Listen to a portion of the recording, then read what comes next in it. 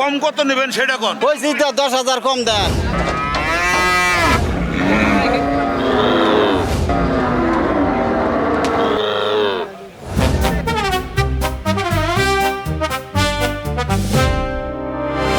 হাসির গরু কয় 150। দাম কম কয়, যা দাম আনছি তা তো 10,000 15,000 করে নিচে কয়। জামালপুরে জমে উঠেছে কোরবানির পশুর হাট। তবে এবছর দাম বেশি হাঁকছেন বলে অভিযোগ ক্রেতাদের। আর ব্যবসায়ীরা বলছেন গোখাদ্যের দাম বেশি থাকায় গরু লালন পালনে খরচ বেশি।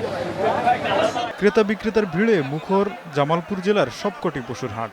প্রতিটি হাটে ছোট আর মাঝারি গরুর দিকে নজর ক্রেতাদের। তবে এবছর দাম বেশি বলে দাবি করছেন তারা। আর ব্যবসায়ীদের দাবি এবছর খাবারের দাম বেশি থাকায় গরু লালন পালনে ব্যয় হয়েছে বেশি। ক্রেতারা যে দাম বলছেন তা খরচের অর্ধেক। হাটে মিলছে ছাগল মহিষও। মোটামুটি মাশাআল্লাহ কমের ভিতরে আছে, কিন্তু গরু ছাড়তাছে না গৃহস্থে।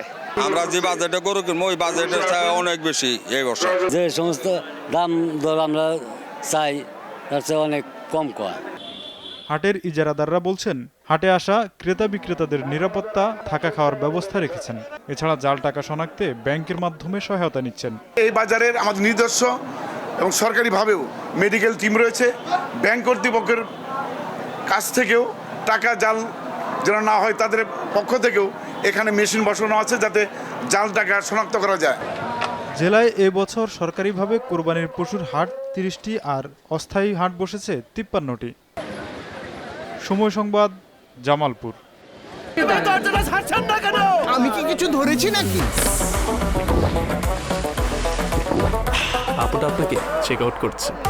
জাস্ট কুল থাকুন।